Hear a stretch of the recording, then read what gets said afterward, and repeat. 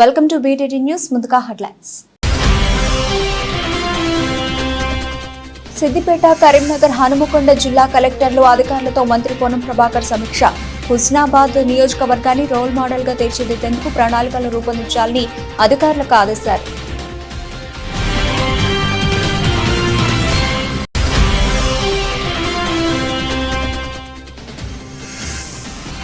కావలి పట్టణంలో త్వరలోనే క్రీడా స్టేడియం నిర్మిస్తాం. అంతర్జాతీయ స్థాయిలో క్రీడాకారులను తయారు చేస్తామన్న మంత్రి రాంప్రసాద్ రెడ్డి.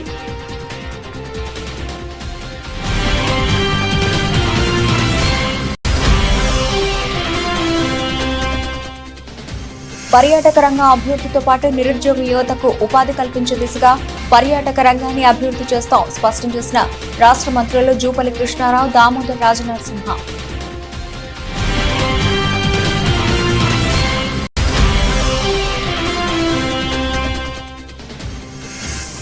చంద్రబాబు కేంద్రాన్ని ప్రత్యేక హోదా ఎందుకు అడగలేదు? చంద్రబాబును నిలదీసిన వైఎస్ఆర్సీపీ మాజీ ఎమ్మెల్యే సుధాకర్ బాబు.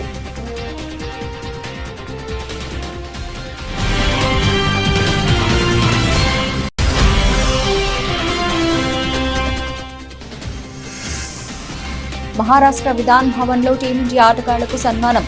వరల్డ్ కప్ గెలిచిన టీమిండియాకు 11 కోట్ల రూపాయల నజరానా ప్రకటించిన సీఎం షిండే.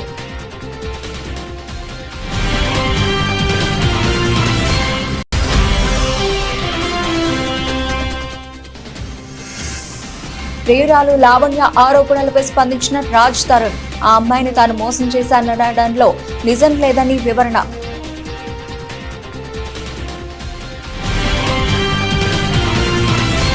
జాబ్ క్యాలెండర్ ను విడుదల చేస్తామని తెలంగాణ ముఖ్యమంత్రి రేవంత్ రెడ్డి స్పష్టం చేశారు. నిరుద్యోగ యువత నిరసనలపై ఆయన స్పందించారు.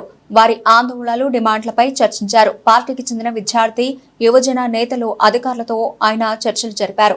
ఈ సందర్భంగా మాట్లాడుతూ ఉద్యోగాల భర్తీపై ప్రభుత్వం కృతనిశ్చయంతో ఉందన్నారు. కొన్ని పార్టీలు స్వార్థపూరిత శక్తుల కుట్రలకు నిరుద్యోగులు బలి కావద్దని సూచించారు.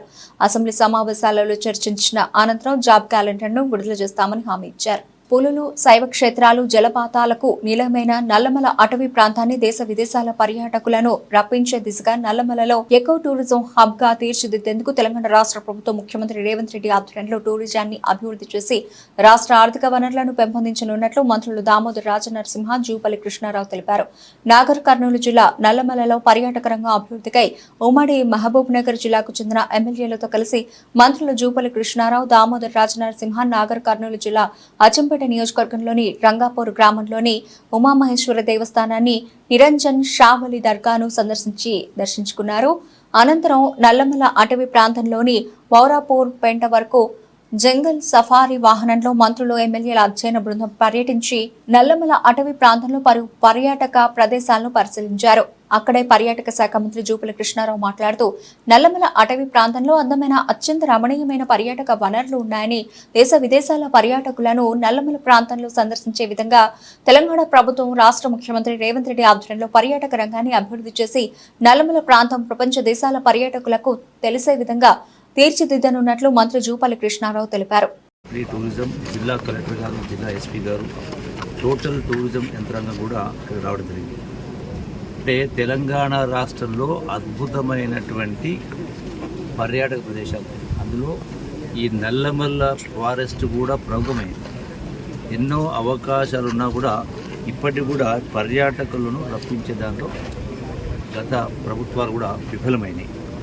ఈనాడు గౌరవ ముఖ్యమంత్రి రేవంత్ రెడ్డి గారి నాయకత్వంలో ఈ టూరిజంను కూడా ఒక ఇండస్ట్రీ కింద, ఎందుకంటే టూరిజం ప్రమోషన్ ద్వారా నిరుద్యోగ యువతకు ఉద్యోగాలు కల్పించడం, ఉపాధి అవకాశాలు కల్పించడం, రాష్ట్రానికి సంబంధించి రాష్ట్ర ఆదాయం కూడా పెంపొందే అవకాశం. ఈనాడు ప్రపంచంలో ఏమీ వనరులు, ఏమీ వసతులు, టూరిజం ప్రాంతాలు, అట్లాంటి ప్లేస్ లేకుండా కూడా ప్రపంచ స్థాయి టూరిస్టులు ఆకర్షిస్తాం. అన్నీ ఉన్నటువంటి మనం దాన్ని మార్కెట్ చేసుకోలేకపోతాం. అందుకనే ఈనాడు ఈ అడవులతో ముడిపడి ఉన్నటువంటి ప్రకృతి అందాలు ఎంత గొప్పగా ఉన్నటువంటి ఇక్కడ మాకు కనపడతా ఉంది. అసలు view point, Farahabad view point అంటే ఎక్కడ లేదు ఇటువంటి ప్రాంతాలు. ప్రాంతానికి రావడము, ఇక్కడ ప్రకృతిని తిలకించడము, ఈ ఫారెస్ట్ ప్రాంతాన్ని, అటవీ ప్రాంతాన్ని పర్యాటక కేంద్రంగా తీర్చిదిద్దాలి. ఎకో టూరిజం కానీ, జనరల్ టూరిజం కానీ, ఈ అటవీ ప్రాంతాన్ని కాపాడుతూ పచ్చదనాన్ని పెంచుతూ టూరిజాన్ని పెంచాలనే ఒక సదుద్దేశంతో ఈరోజు మా శాసన మంత్రివర్యులు అలా ఆహ్వానించడము, నేను నాతో సహా గౌరవ శాసనసభ్యులందరూ ఈ అటవీ ప్రాంతాన్ని సందర్శించడము. ఇది ప్రధానంగా మరునూరు వ్యూ పాయింట్ అంటారు, ఫరహాబాద్ వ్యూ పాయింట్. అంటే పచ్చదనం కింద పెద్ద వాస్ట్ ఏరియాలో పచ్చదనము అంటే ఎంత అట్రాక్టివ్గా ఉన్నది, ఎంత పొటెన్షియాలిటీ ఉన్నది, ఎంత పెంచగలుగుతాము, టూరిజాన్ని పెంచాలి అనే సదుద్దేశము ఆలోచన రాష్ట్రం. వైఎస్ఆర్సీపీ అధ్యక్షులు వైఎస్ జగన్ ని తన క్యాంపు కార్యాలయంలో ముద్రగడ పద్మనాభం, కాసు మహేష్ రెడ్డి కలిశారు. వారితో పాటు వైసీపీ ముఖ్య నాయకులు, ఇటీవల ఎన్నికల్లో పోటీ చేసిన అభ్యర్థులు హాజరయ్యారు.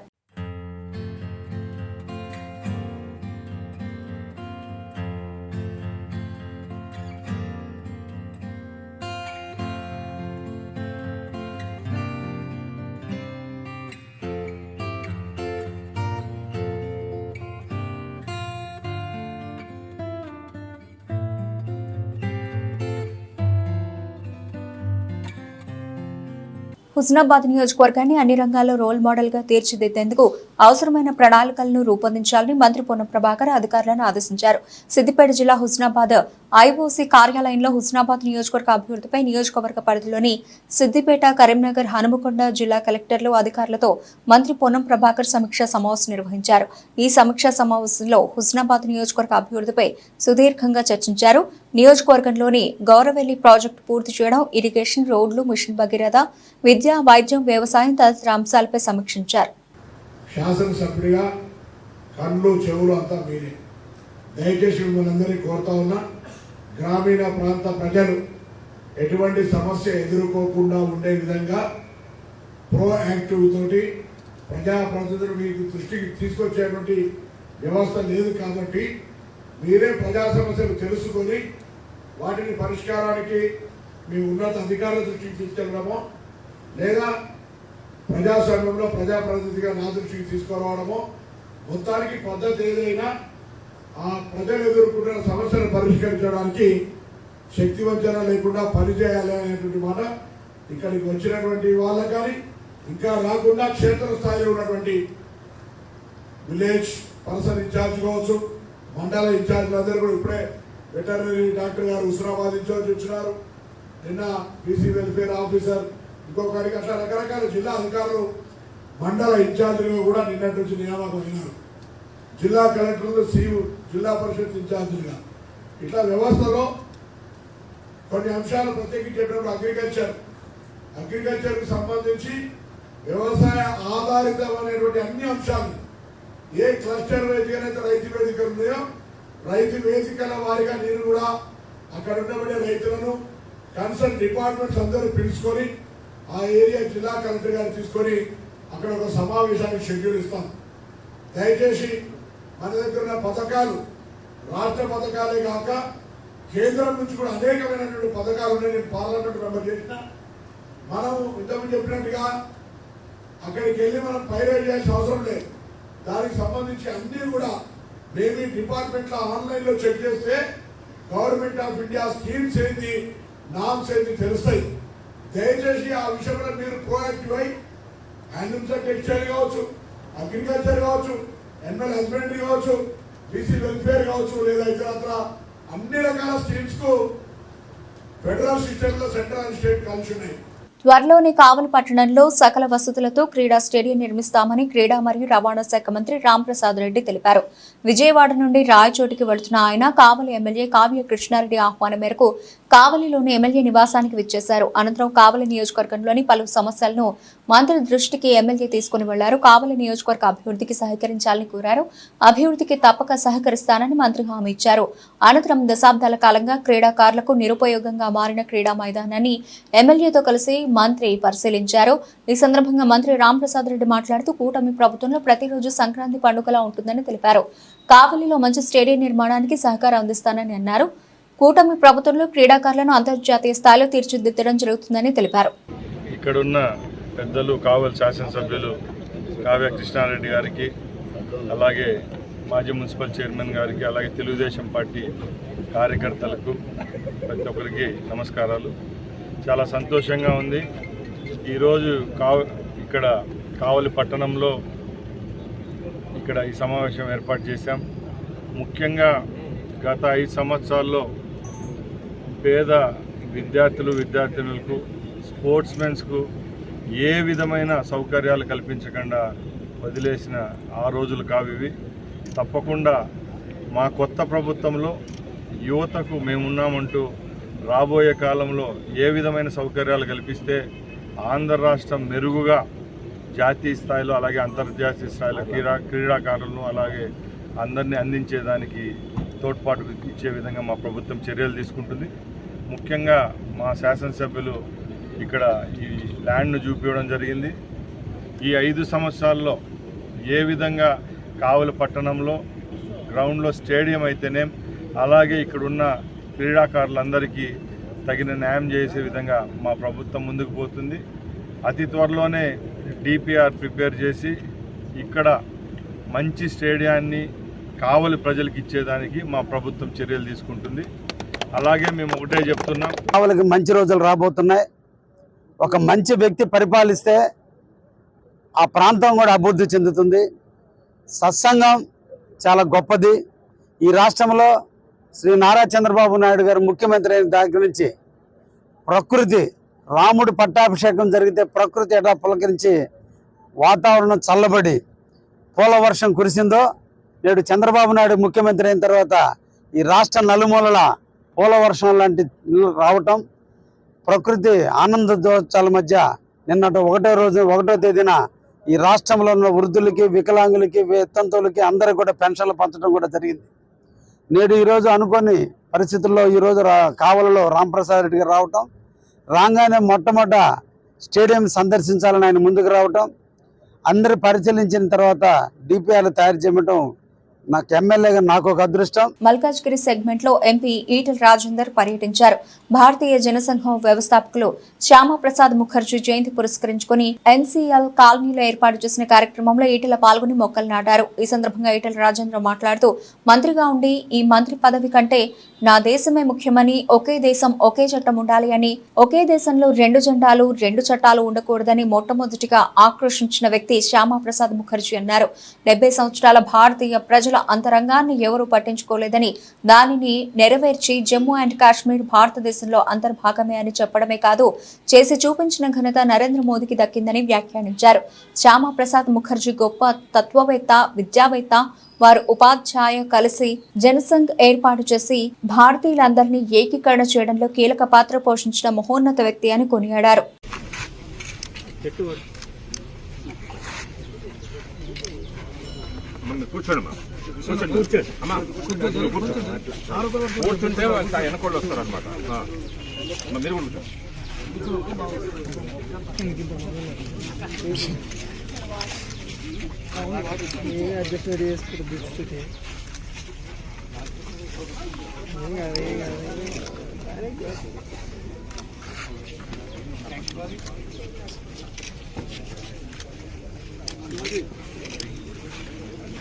చంద్రబాబు ఢిల్లీ పర్యటనకు సంబంధించిన ప్రెస్ మీట్ లో ఆత్మస్తుతి పరనింద కనిపించిందని వైఎస్ఆర్ కాంగ్రెస్ పార్టీ మాజీ ఎమ్మెల్యే పీజేఆర్ సుధాకర్ బాబు ఎద్దేవా చేశారు. టీడీపీ అధికారంలోకి వచ్చి నెల రోజులైందని, వారు ప్రజలకిచ్చిన హామీల అమలు కోసం ఆంధ్ర రాష్ట్ర ప్రజలు ఆశగా చూస్తున్నారని ఆయన అన్నారు. సుధాకర్ బాబు వైఎస్ఆర్ కాంగ్రెస్ పార్టీ కేంద్ర కార్యాలయంలో మీడియాతో మాట్లాడారు. చంద్రబాబు గొప్ప పరిపాలన అందిస్తారన్న నమ్మకంతో ప్రజలు ఆయనను గెలిపించి ముఖ్యమంత్రిని చేస్తే బాబు మాత్రం ఎన్నికల్లో చెప్పిన అబద్దాలని మరోసారి ప్రధానమంత్రి చెప్పినట్లు ప్రెస్ నోటు విడుదల చేయడంపై సుధాకర్ బాబు అభ్యంతరం వ్యక్తం చేశారు. ఈ రోజు మీరు అధికారంలోకి వచ్చారు.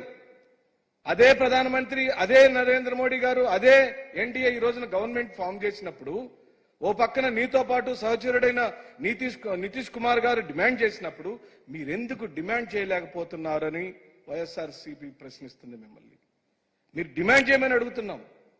మీరు సాధించుకునే శక్తి ఉంది, ఎందుకంటే మీరు చక్రాన్ని బాగా తిప్పగలుగుతున్నారు. ఇప్పుడు ఆంధ్ర రాష్ట్రానికి చాలా ఉపయోగం కూడా. మీరు ఎంత బాగా చక్రం తిప్పగలిగితే ఈ ఆంధ్ర రాష్ట్రానికి అన్ని మేళ్లు జరుగుతాయని ప్రజలు నమ్ముతున్నారు. మీ అధికారాన్ని దుర్వినియోగం చేసుకోకుండా ప్రజలు ఇచ్చిన మద్దతుని ఓ 4,12,12 మంది ఓటర్లు ఉంటే మీకు 1,53,84,576 మంది ఓట్లేశారు. మాకేమో 1,32,84,134 మంది ఓట్లేశారు. మాకు 40% మంది ఓట్లేశారు. మాతో జనం ఉన్నారు. అలాగనే ఇప్పుడు మీకు ఓట్లేసిన వాళ్ళైనా మాకు ఓట్లు వేసిన వాళ్ళు అందరూ మన ప్రజలే. ఆ ఆలోచన దృక్పథంతోనే జగన్మోహన్ రెడ్డి గారు తన యొక్క సంక్షేమ పథకాల అమలులో కానివ్వండి, పరిపాలనలో కానివ్వండి, ఆయన పరిపాలించిన విధానంలో కానీ ఏ ఒక్క రోజు కూడా పార్టీల ప్రస్తావనే చేయలేదు. మా కార్యకర్తలు చెబుతున్నారు మన ఓటమిలో అదొక కారణమని. ఈ రోజు మీరు నెల రోజుల్లోనే చూపించేశారు అధికారం ఎందుకు తెచ్చుకోవాలి, అధికారం వస్తే ఏం చేయొచ్చు, అధికారం వస్తే పక్క పార్టీ వాళ్ళ మీద కేసులు ఎట్ట పెట్టొచ్చు, కొట్టడం ఎలా చేయొచ్చు, దోపిడీ ఎలా చేయొచ్చు, దౌర్జన్యం ఎలా చేయొచ్చు, కట్టుకున్న బిల్డింగ్లు ఎలా కూల్చొచ్చో మీరు చూపించేశారు.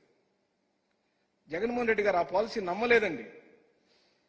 ఆ పాలసీ నమ్మలేదు కాబట్టే ప్రతి ఒక్కళ్ళకి తెలుగుదేశం అయినా, బీజేపీ అయినా, కాంగ్రెస్ అయినా, లేదా కమ్యూనిస్ట్ పార్టీలైనా, జనసేన కార్యకర్తలైనా వైఎస్ఆర్ కాంగ్రెస్ పార్టీ పరిపాలనలో, జగన్మోహన్ రెడ్డి గారి పరిపాలనలో పూర్తిగా సంక్షేమాల్ని తీసుకున్నారు, అనుభవించారు. సొంత ఇల్లు వచ్చిందన్న ఆనందం ఆ కాలనీవాసులకు ఎంతో కాలం నిలవలేదు. సరైన రవాణా సౌకర్యం లేకపోవడంతో ఉద్యోగం, ఉపాధి కోసం నగరానికి వెళ్లి వచ్చేవారు. విద్యార్థులు అనేక ఇక్కట్లు పడాల్సిన పరిస్థితి. గత ప్రభుత్వ హయాంలో ప్రజాప్రతినిధులు అధికారుల దృష్టికి తీసుకెళ్లా పట్టించుకోలేదు.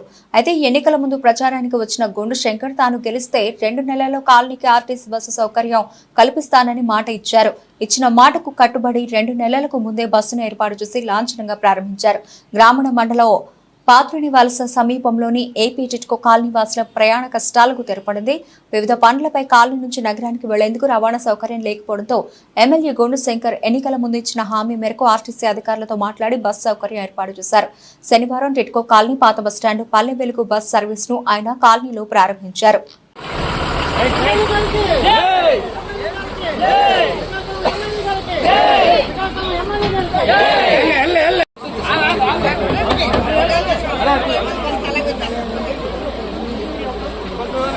శ్రీకాకుళం నియోజకవర్గంలో ఇక్కడ ఆక్యుపేషన్ దగ్గర ఉన్న టిట్కో ఇల్లు దాదాపు 500 మంది ఇక్కడ ఆక్యుపేషన్లోకి వచ్చారు. అయితే వీరికి మౌలిక వసతులు కానీ, ట్రాన్స్పోర్టేషన్ కానీ చాలా ఇబ్బందులు పడుతున్నారని తెలిసింది. ఎలక్షన్ ముందు నాకు అడగడం జరిగింది. అయితే వీళ్ళకి రవాణా సౌకర్యార్థం ఆర్టీసీ బస్సు వచ్చే విధంగా మేము ప్రయత్నిస్తామని చెప్పడం జరిగింది. ఈ సందర్భంగా నేను రాష్ట్ర మంత్రివర్యులు అచ్చెన్నాయుడు గారి దృష్టికి, అలాగే కేంద్ర మంత్రివర్యులు రామ్మోహన్ రెడ్డి గారి దృష్టికి కూడా నేను పెట్టడం జరిగింది. తర్వాత ఆర్టీసీ ఆర్ఎంఓ గారు, అలాగే డిఎం గారు అందరితో మీటింగ్ పెట్టి వారికి నేను నిర్ణయించుకున్న వెంటనే తక్షణమే వారు వచ్చి దీన్ని మొత్తం ఈ ఇన్స్పెక్షన్ చేసి ఈ రూట్ని వెంటనే అప్రూవల్ చేసి ఈరోజు బస్సు కూడా ఈ టిడ్కో కాలనీ నుండి ప్రారంభించినందుకు ముందుగా ఆర్టీసీ అధికారులందరికీ కూడా, శ్రీకాకుళం ఆర్టీసీ డిపో మేనేజర్ గారు మల్లికార్జునరావు గారికి, ఆర్ఎంఓ గారికి అందరూ కూడా పేరు పేరున నా హృదయపూర్వక ధన్యవాదాలు. అలాగే అచ్చెన్నాయుడు గారికి, రామ్మోహన్ రెడ్డి గారికి కూడా ప్రత్యేకమైన అభినందనలు, ధన్యవాదాలు తెలియజేసుకుంటూ ఈ అవకాశాన్ని ప్రయాణికులందరూ కూడా ఉపయోగించుకొని మళ్ళీ బస్సు సక్రమంగా తిరిగేటట్టు అందరూ సహకరించాలని కూడా కోరుకుంటూ, ఇంకా ఏవైతే మౌలిక వసతుల కల్పన, రేషన్ డిపో కానీ, అలాగే కొన్ని దగ్గరలో స్నేక్స్ అవన్నీ వస్తున్నాయి, అక్కడ జంగిల్ క్లియరెన్స్ లేదన్నారు, వాటి మీద, అలాగే వాటర్ కానీ, పవర్ కానీ, అన్ని విషయాలు ఇక్కడ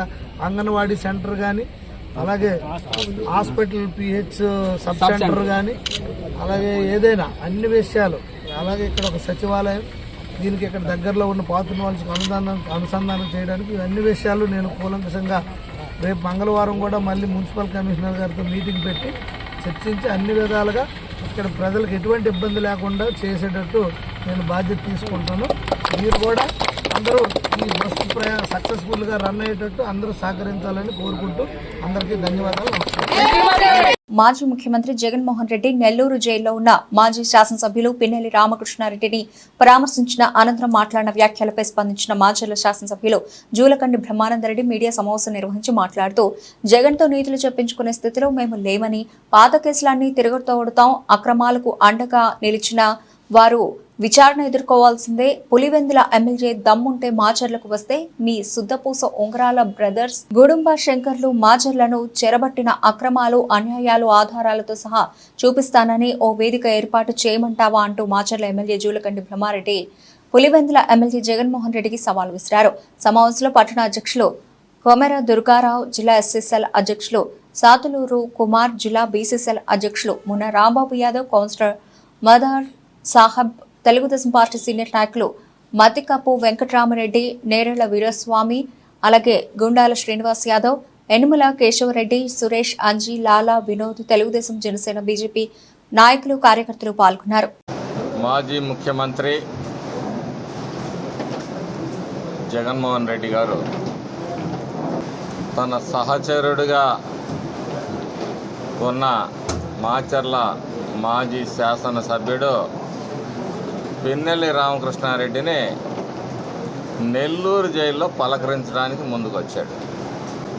ఈ రాష్ట్రంలో ఆయన ముఖ్యమంత్రిగా ఉన్నప్పుడు ఆడబిడ్డల మాన ప్రాణాలకి, బలహీన వర్గాల మీద దాడులు జరిగినప్పుడు కానీ, ఒక దళిత డాక్టర్ సుధాకర్ని వేధించి చంపినప్పుడు కానీ, వాళ్ళ ఎమ్మెల్సీ మరి డోర్ డెలివరీ చేసినప్పుడు కానీ, తన అక్కని అవమానించారు, అసభ్యంగా ప్రవర్తిస్తున్నారు అని చెప్పేసి ఒక పసిబిడ్డ మరి భావోద్వేగంతో తన అక్కని కాపాడే ప్రయత్నం చేసినప్పుడు, సజీవ దహనం చేసినప్పుడు రేపల్లెలో ఎప్పుడూ బయటికి రాల మరి ఈ ముఖ్యమంత్రి గారు. ఈరోజు రాష్ట్రంలో అనేక కష్టాలు, బాధలు, కేసులు, సాధింపులు, వేధింపులు, ఆర్థిక నష్టాలు అన్నీ చవి చూసిన తెలుగుదేశం పార్టీ నాయకులు, కార్యకర్తలు మౌనంగా మా నాయకుడి ఆదేశం మేర మేము ఎక్కడా కూడా హింసను ప్రేరేపించకుండా ఉండబట్టే ఈరోజు ఈ రాష్ట్రం ఈ విధంగా ఉంది. మేము అడుగుతా ఉన్నాం, నువ్వు 99% హామీలు అమలు చేసావు కదా, ఆ 1% ఏదో సెలవియండి, మేము కూడా తెలుసుకుంటాం. హీరో రాజ్ తరుణ్ తనను పెళ్లి చేసుకుంటానని చెప్పి మోసం చేశాడంటూ లావణ్య అనే యువతి నార్సింగి పోలీసులకు ఫిర్యాదు చేయడం తెలిసిందే. దీనిపై హీరో రాజ్ తరుణ్ స్పందించారు. ఇందులో తన తప్పేమీ లేదని, అందుకే ధైర్యంగా ముందుకు వచ్చి మాట్లాడుతున్నానని స్పష్టం చేశారు. ఆ అమ్మాయిని తాను మోసం చేశాననడంలో నిజం లేదని అన్నారు. అయితే లావణ్యతో తాను రిలేషన్లో ఉన్నది నిజమేనని, 2014 నుంచి 2017 వరకు తాము సంబంధంలో ఉన్నామని రాజ్ తరుణ్ వెల్లడించారు. ఆ తర్వాత తమ మధ్య ఎలాంటి శారీరక సంబంధం గానీ, మరి ఇతర సంబంధాలు గానీ లేవని స్పష్టం చేశారు. కానీ లావణ్య తనను బెదిరిస్తూ ఉండేదని, అయితే తాను పరువు కోసం ఇవన్నీ భరించానని తెలిపారు. ఆ తర్వాత ఆమె డ్రగ్స్ వాడటం మొదలుపెట్టిందని, ఆమెపై డ్రగ్స్ కేసు కూడా ఉందని వివరించారు. ఆ డ్రగ్స్ కేసు కూడా నేను పట్టించానని ఆమె ఆరోపించింది. మరో అబ్బాయిని పెళ్లి చేసుకోవాలనుకుని ఆ విషయంలో పోలీస్ స్టేషన్ వరకు వెళ్ళింది. దానికి సంబంధించిన FIR ను కూడా నేను సేకరించాను అని రాజ్ తరుణ్ వివరించారు. ఆవిడ దగ్గర ఉండాలి. ఏంటంటే మీకు మీ పేరెంట్స్ కి చాలా చాకరీ చేశాను నేను, నన్ను పట్టించుకోలేదు వాళ్ళు అని అంటున్నాం. మళ్ళీ చెప్తున్నాను, కాదు అబద్ధం. ఆ ఇంట్లో కూడా మాకు ఈ సినిమా మొదలైంది ఎప్పుడంటే సంవత్సరం క్రితం అండి. సంవత్సరం కూడా అవ్వలేదు అనుకుంటా. అదే చెప్తున్నానండి. అదే మీరు అది గట్టిగా ఇది భయం వేసిందండి. సార్ లావణ్య ఎలా పరిచయం సార్ మీకు? ఎక్కడ పరిచయం? నాకు హైదరాబాద్ కాదండి, నాకు నిజంగా వైజాగ్లో ఉన్నప్పుడు నాకు వైజాగ్లో ఉన్నప్పుడు నాకు ఫేస్బుక్లో పరిచయం అండి. హైదరాబాద్ వచ్చింది. సరే సరే వెళ్ళిపో. నాకు వైజాగ్లో పరిచయం అండి. హైదరాబాద్ వచ్చిన తర్వాత ఇనీషియల్గా నేను ఒక దీనికోసం వచ్చినప్పుడు, సినిమా గురించి వచ్చినప్పుడు హైదరాబాద్ వచ్చినప్పుడు ఇనీషియల్గా అప్పటి నుంచి పరిచయం అండి నాకు. అంటే ముందు నుంచే మీరు పెళ్లి చేసుకుందామని రిలేషన్ స్టార్ట్ చేశారు, లేకపోతే ఫ్రెండ్షిప్గా ఉండి అలా ఒకరికొకరు ఇష్టపడి పెళ్లి చేసుకుందామని అనుకున్నారు? లేదండి, రిలేషన్షిప్ అనేది ఉండేదండి, అప్పట్లో ఉండేదండి. 2-3 ఇయర్స్ అండి. ఆ తర్వాత లేదండి. బట్ నాకు పెళ్లి అనే ఉద్దేశం ఎప్పుడూ లేదు. అవునండి. ఇప్పుడు మీ ఫ్లాట్ లో ఆమె ఉందనేది అవునండి, నిజం అండి. మీరు ఎందుకు ఫ్లాట్ వదిలేశారండి? నేను ఫ్లాట్ వదలలేదండి. ఆమెకి డ్రగ్స్ అలవాటు, ఆమె చుట్టూ ఉండే మనుషులు వీళ్ళందరూ కూడా చాలా చెత్త. అలా అని చెప్పి నేను హైదరాబాద్ వచ్చిన కొత్తలో ఖచ్చితంగా నాకు హెల్ప్ చేసిందండి, గ్రాడ్యుయేట్ ఉంది. రెండోది ఏంటంటే నిజంగా ఇందాక చెప్పినట్టే నా రెప్యుటేషన్ ఎక్కడ పాడవద్దు అని భయంతో మూసుకొని నేనే బయటకు వెళ్ళిపోయానండి. వదులుకోవడానికి సిద్ధంగా లేనండి. అమెరికా వెస్టిండీస్ సంయుక్తంగా నిర్వహించిన T20 వరల్డ్ కప్ టోర్నీలో విజేతగా నిలిచి స్వదేశానికి తిరిగి వచ్చిన టీమిండియాపై ప్రశంసల వర్షం కురుస్తోంది. తాజాగా వరల్డ్ కప్ గెలిచిన టీమిండియా జట్టుకు మహారాష్ట్ర ముఖ్యమంత్రి ఏక్నాథ్ షిండే 11 కోట్ల రూపాయల నజరానా ప్రకటించారు. ముంబైలోని మహారాష్ట్ర మిథాన్ భవన్ లో టీమిండియా ఆటగాళ్లు రోహిత్ శర్మ, సూర్యకుమార్ యాదవ్, యశస్వి జైస్వాల్, శివం దూబెల్ ను మహారాష్ట్ర ప్రభుత్వం ఘనంగా సత్కరించింది. ఈ కార్యక్రమంలో సీఎం ఏక్నాథ్ షిండే టీమిండియాకు నజరానా ప్రకటించారు. కాగా తన ప్రసంగంలో షిండే మాట్లాడుతూ చిరకాల ప్రత్యర్థి పాకిస్తాన్ వరల్డ్ కప్ లో టీమిండియా ఓడించడం తనకెంతో సంతోషం కలిగించిందని అన్నారు. దక్షిణాఫ్రికాతో ఫైనల్లో సూర్యకుమార్ యాదవ్ బౌండరీ లైన్ వద్ద పట్టిన అద్భుత క్యాచ్ గురించి ప్రస్తావించారు. అంతేకాదు మహారాష్ట్ర క్రికెట్ కు చెందిన రాస్ మామ్రే, అరుణ్ కనాడే టీమిండియా సహాయక సిబ్బందిగా తమ పాత్రను విజయవంతంగా నిర్వహించాలని సీఎం షిండే అభినందించారు. స్టాక్ మార్కెట్ తీవ్ర ఆటుపోట్లతో ట్రేడ్ అయినప్పటికీ నిఫ్టీ మాత్రం ఒత్తిడిని తట్టుకుని మరో జీవితకాల రికార్డు స్థాయిలో ముగిసింది. అయితే సెన్సెక్స్ మాత్రం రికార్డు స్థాయిల నుంచి దిగజారి 80,000 పాయింట్ల కన్నా దిగువన క్లోజ్ అయింది. ఇది మార్కెట్లో అనిశ్చిత స్థితిని తెలియజేస్తోంది. వరుసగా 3వ రోజు కూడా లాభపడిన నిఫ్టీ 21.70 పాయింట్ల లాభంతో జీవితకాల గరిష్ట స్థాయి 24,323.85 వద్ద ముగిసింది. నిఫ్టీ షేర్లలో 34 లాభాలతో ముగిశాయి. సెన్సెక్స్ మాత్రం 53.07 పాయింట్లు నష్టపోగా 79,996.60 వద్ద ముగిసింది. వారం మొత్తం మీద సెన్సెక్స్ 963.87 పాయింట్లు, నిఫ్టీ 313.25 పాయింట్లు లాభపడ్డాయి. బీఎస్ఈ స్మాల్ క్యాప్ సూచి 0.70%, మిడ్ క్యాప్ సూచి 0.75% లాభపడ్డాయి. రిలయన్స్ ఇండస్ట్రీస్ షేరు 3% లాభపడి 52 వారాల గరిష్ట స్థాయి 3,197.65 వద్ద ముగిసింది. ఈక్విటీ మార్కెట్లో అత్యంత విలువైనదిగా గుర్తింపు పొందిన ఈ షేరు మార్కెట్ క్యాపిటలైజేషన్ 48,723.54 కోట్ల రూపాయలు లాభపడి 21,51,562.56 కోట్ల రూపాయల వద్ద క్లోజ్ అయింది. బ్రిటన్ ముగించే ముందు హెడ్లైన్స్ మరోసారి. సిద్దిపేట, కరీంనగర్, హనుమకొండ జిల్లా కలెక్టర్లు, అధికారులతో మంత్రి పొన్నం ప్రభాకర్ సమీక్ష. హుస్నాబాద్ నియోజకవర్గాన్ని రోల్ మోడల్ గా తీర్చిదిద్దేందుకు ప్రణాళికలు రూపొందించాలని అధికారులకు ఆదేశారు.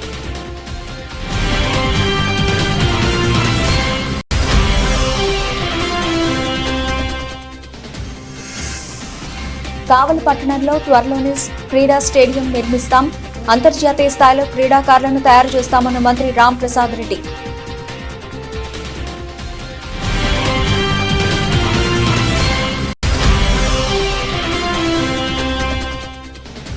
పర్యాటక రంగ అభివృద్ధితో పాటు నిరుద్యోగ యువతకు ఉపాధి కల్పించే దిశగా పర్యాటక రంగాన్ని అభివృద్ధి చేస్తాం స్పష్టం చేసిన రాష్ట్ర మంత్రులు జూపల్లి కృష్ణారావు, దామోదర్ రాజనరసింహ.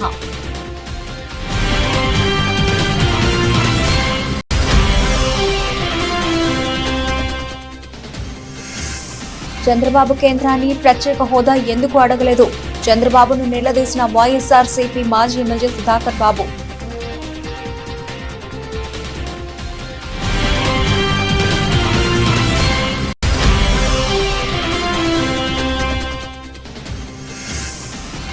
మహారాష్ట్ర విధాన్ భవన్ లో టీమిండియా ఆటగాళ్లకు సన్మానం.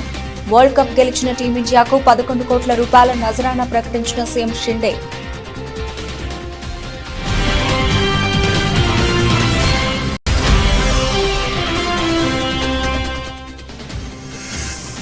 ప్రియురాలు లావణ్య ఆరోపణలపై స్పందించిన రాజ్ తరుణ్. ఆ అమ్మాయిని తాను మోసం చేశాననడంలో నిజం లేదని వివరణ.